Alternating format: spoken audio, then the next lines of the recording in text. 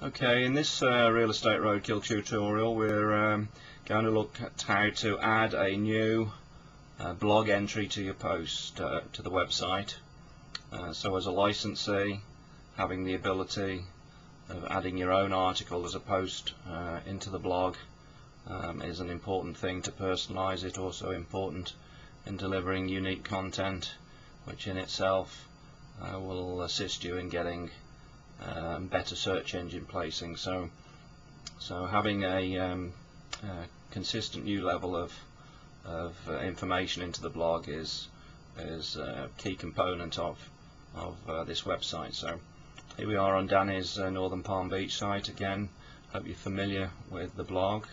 We can click on the blog button at the top, and this will give us, with the most recent posting at the top of the list, this will give us the most recent blog entry with the various tags and categories that have been applied to it, with the date that it was entered.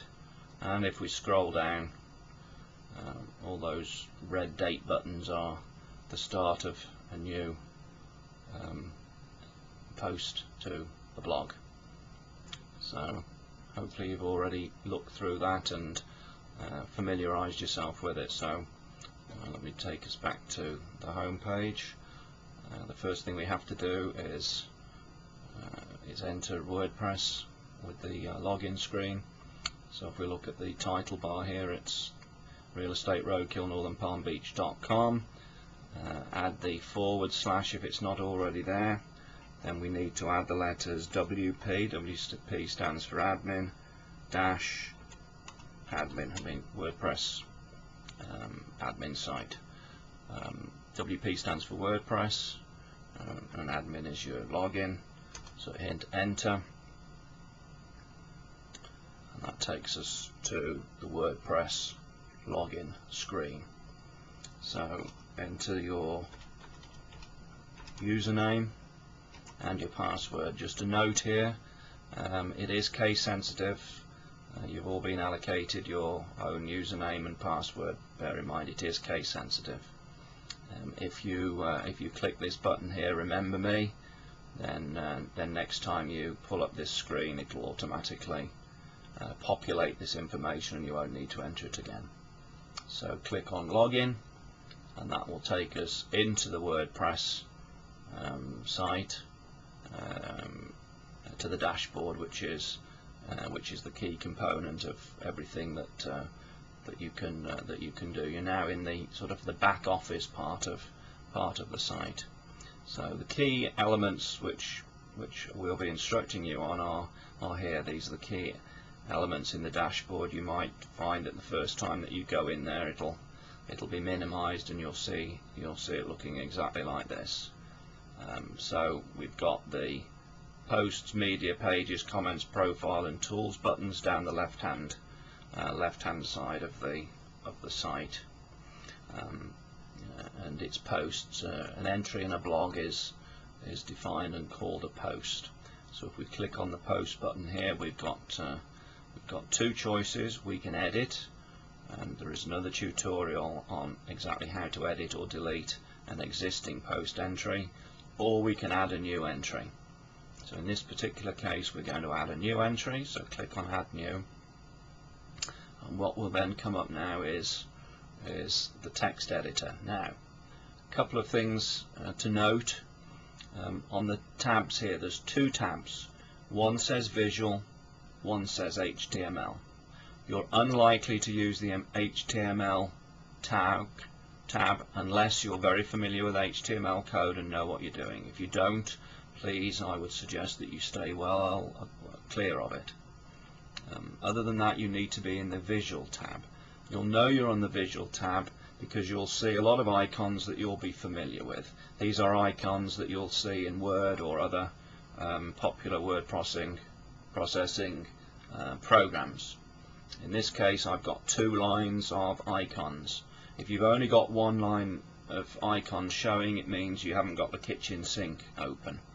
And here's this button here, the N button here, with lots of little coloured buttons on it. It says show hide kitchen sink. If I click on that, I've only got the one level of icons that I can use. and that's its default setting. So I would advise you to click on the kitchen sink so that you get the other buttons here, which enables you to underline and choose a text color, etc., etc. So this is the post area. The post is going to consist of a few important components. This main body here is, of course, where you're going to write your article or your post entry. This will be this one.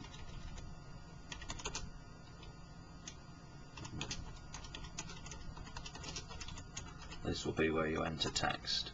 So within this area you can bold, you can put words in italics, you can add bullets and points, you can choose different test colors, you can do different justifications, all the usual things that you would expect to do in a word processor.